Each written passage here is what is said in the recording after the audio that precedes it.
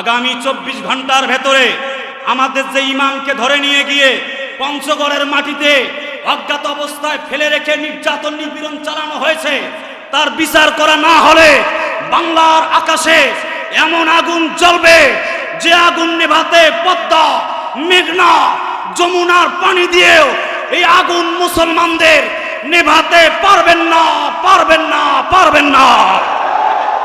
এই পক্ষে কারা কারা যে আছে দুহাত তুলাগুলোকে দেখা।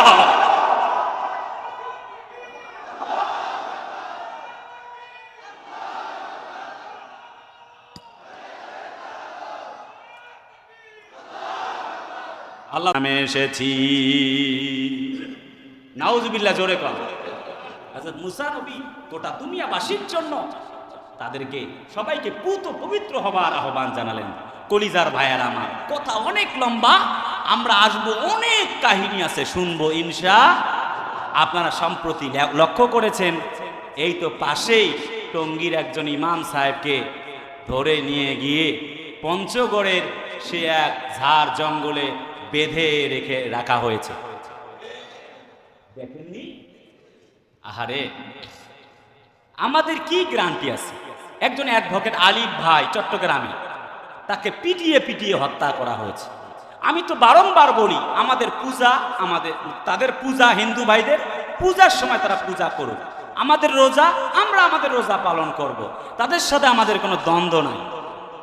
হিন্দু ভাইয়েরা আমাদের কথা শুনছেন, আমি তাদেরকে দেখা হলে বরং আরো চা খাওয়াই, খুবই ভালোবাসি হিন্দুদেরকে, তারা তো মানুষ, রাসূলুল্লাহ সম্মান করতেন, ঠিক না? আমরা কিছুদিন আগে তাদের মন্দিরে গেলাম, আমরা তাদের মন্দির পাহারা দিলাম, আর তারা আমাদের ভাই আলিফকে পিটিয়ে হত্যা করল।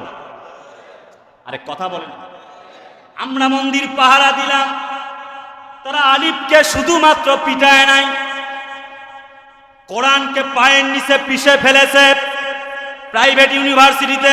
আরে ঠিক কিনা? অপূর্ব পাল, আমি উপদেষ্টা মণ্ডলীদেরকে বলেছিলাম, আপনারা বিচার করতে না পারলে 24 ঘন্টাও সময় লাগবে না, 24 মিনিট সময় আমাদেরকে দেন। আল্লাহর কসম, তৌহিদি মুসলিম জনতা, সে যেমন কোরআনকে পায়ের সঙ্গে মিশে ফেলেছে, আমরাও তাকে পায়ের সঙ্গে মিশে ফেলতে চাই। চিল্লায় বলে না ঠিক খেলা? গোটা ধর্ম নিয়ে না কথা বলছি না, হিন্দু আমাদের ভাই, বৌদ্ধ খ্রিস্টিয়ান আমাদের ভাই, তাদের সাথে দ্বন্দ্ব নাই। যে অপূর্ব পাল কোরআনকে পিষেছে, আমরাও তাকে পিষতে চাই। ধরে নিয়ে গেছে, এখনো বিচার করতে পারে নাই। কবে বিচার হবে? কত শত বিচার তো এমনি টাল বাহানা চলে গেল, উপদেষ্টারা আখের গোছাচ্ছে। আবার একজন ইমামকে ধরে নিয়ে গিয়ে ফেলা হয়েছে, মিডিয়ারাও প্রচার করে না, হলুদ সাংবাদিকতা। এরা যে কি খেয়া মানুষ হয়েছে আল্লাহই ভালো জানে। আমরা ফেসবুকে প্রচার করতেছি, কিন্তু তারা প্রচার করছে না। যদি এই জায়গায় একজন হিন্দু হইতো, বাংলাদেশে আমাদের থাকা এতক্ষণ বন্ধ হয়ে যেত। কথা বলে না ঠিক কিনা? আমরা কিছুদিন আগে তাদের মন্দির পাহারা দিয়েছি, এই সরলতাকে কাজে লাগিয়ে তারা আমাদের কোরআনকে পায়ে পিষে ফেললো। আবার আমাদের একজন ইমাম সাহেবকে তারা পিটিয়ে রক্তাক্ত করে অজ্ঞান করে পঞ্চগড়ের মাটিতে ফেলে দিয়ে আসছে, এবং দাড়িও কিছু কেটে দিয়েছে। কথা বলে না কেন? আমরা বলতে চাই, অনতি বিলম্বে বিচার কার্য সম্পন্ন করুন। আমরা বলতে চাই, হিন্দু, বৌদ্ধ, খ্রিস্টিয়ান সবাই বাংলার মাটিতে বসবাস করবে, কিন্তু ইসলামকে নিয়ে, ইসলামের পথিক, ইসলামের নাবিক আলেমদেরকে নিয়ে, ইমামদেরকে নিয়ে চক্রান্ত করতে চাইলে, তাদের বিচার না করলে তোমাদের গর্দানে মুসলমানেরা পা রাখতে দ্বিধাবোধ করবে না।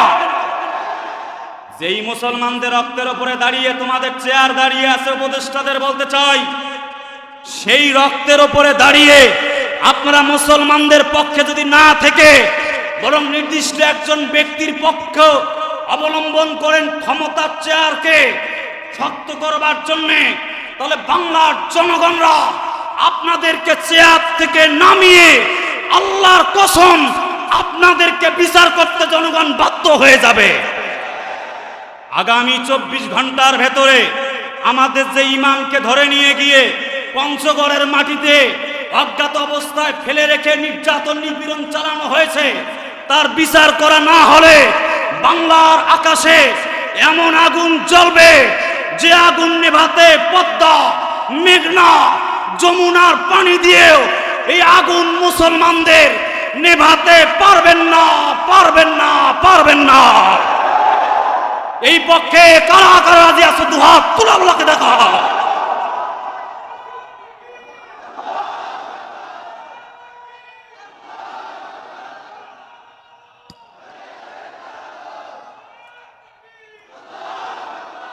আল্লাহ তাআলা আমাদেরকে দল মত ধর্ম বর্ণ নির্বিশেষে আমাদের সবাইকে ভালো রাখুন। আসসালামু আলাইকুম ওয়া রাহমাতুল্লাহ। যারা সুন্নাত পড়েননি